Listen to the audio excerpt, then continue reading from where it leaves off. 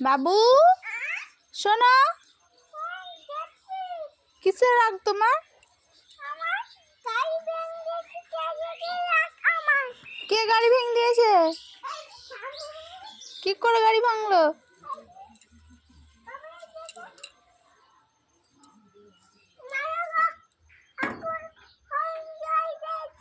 কাকে মারবো?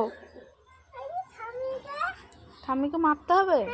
এখানে তুমি কি করছো দাঁড়িয়ে গেটের কাছে? চলো ওইদিকে, চলো চলো। না চলো চলো। বাপরে রাগ।